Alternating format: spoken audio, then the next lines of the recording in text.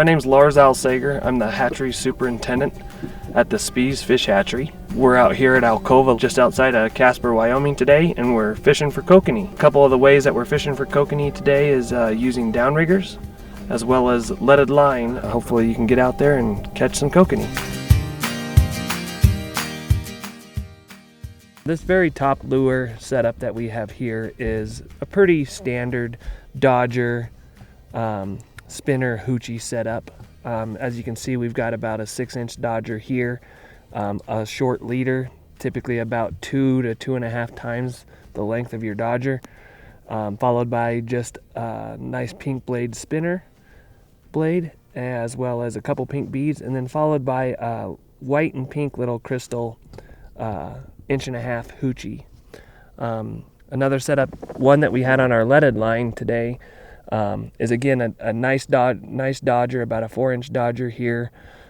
We do have the rubber snubber that is here, that is designed to take a lot of the pressure off of the fish's mouth when he makes runs or when they're shaking their head.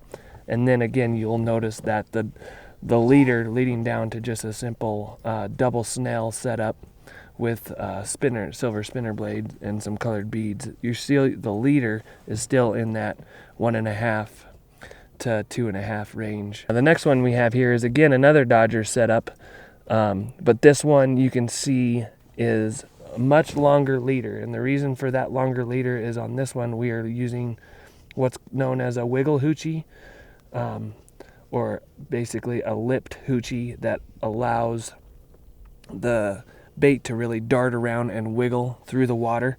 And the reason you want a longer leader in that instance is you don't want the Dodger to interfere with the action of the lure on this end. In the very bottom setup, it's a very common setup to use when fishing for kokanee. It's a simple willow leaf troll.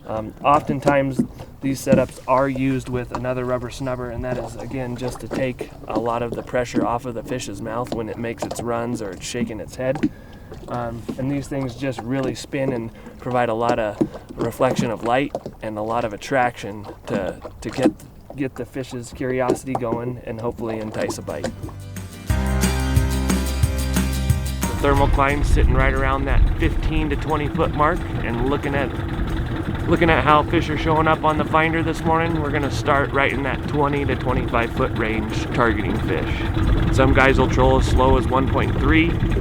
Other guys will go a little bit faster, up to 2, but I think if you're in that 1.5 to 1.8, I don't think you can go wrong. So one thing I'd highly recommend when you're fishing for kokanee is a decently long-handled net, because they're really hard to get in the boat without a net, because their mouths are so soft and they really start to freak out when they get to the boat. So having a good long-handled net to get them out of the water and net them efficiently really helps. Kokanee fisherman's best friend is white shoe peg corn. And I always put it just on the upper hook. That's why it's enticing the fish to come all the way up and hit here. And then this back hook's there for insurance. I have used ProCure's version of their corn cure.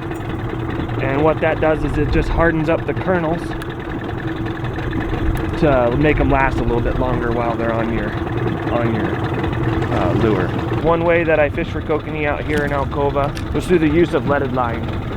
It's a really economical way to get into kokanee fishing to get started. And the good thing about leaded line is it changes color for every 10 yards of line.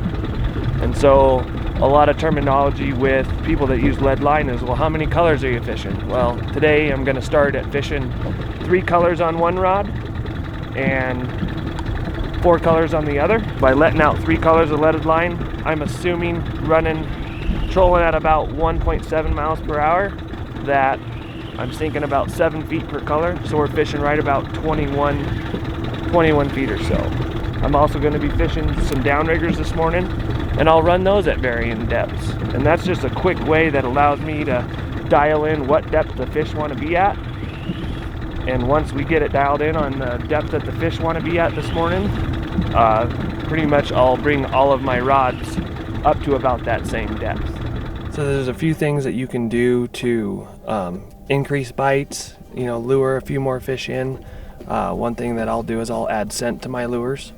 You can use Procure, you can use Mike's scent, you can use just about any scent. They just have a lot of different mixtures of different scents in there, and it does a good job of attracting fish to your bait.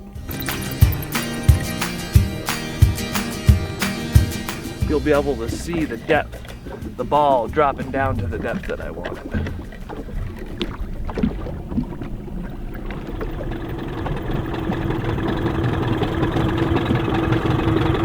So now what I'm going to do is I'm going to go ahead and put out what I call my setback. And the setback is the distance from your downrigger to your lure. And I've been running anywhere from 15 to 25 foot setback most of the year, and I've been doing pretty successful.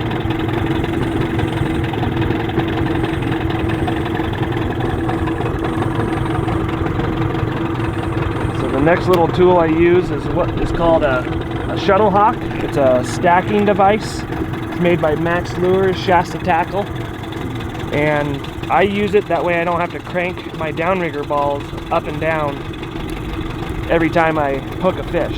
What this does is it travels up and down your downrigger line, so when a fish hits it, it comes out of the clip, and then this will come back to the surface and be waiting there when you're done landing your fish. Pretty easy setup. You just take your line, put a little spin in it, and then you pull it down into the clip,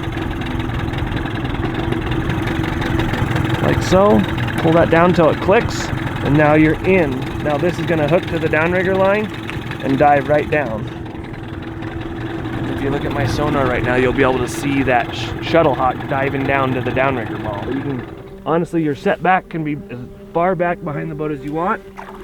I would say if you're seeing fish come up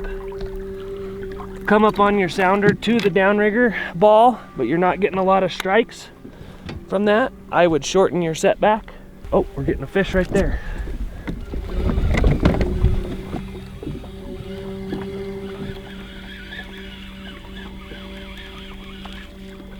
Stay down, stay down.